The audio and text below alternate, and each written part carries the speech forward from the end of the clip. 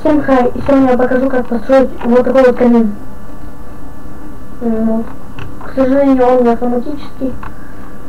Ну, извините, то, что есть. Выглядит он вот так, на самом деле он очень компактный. Сейчас я покажу, как его построить. Для начала вам пригодится вот такая вот дуга. И с задней стороны камина, вот так, с задней стороны камина должен быть легкий поршень, и он адский камень.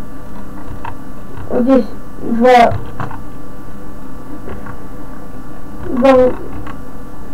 раздатчика. Так, идем на заднюю сторону.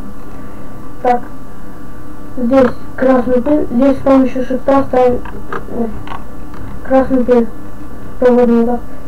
И также факел. Так, наш механизм почти готов. Здесь ставим кнопку.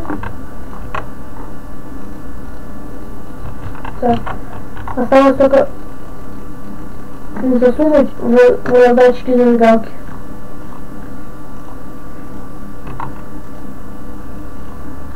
Один, второй. Все, камин готов. Подписывайтесь на канал, ставьте лайки.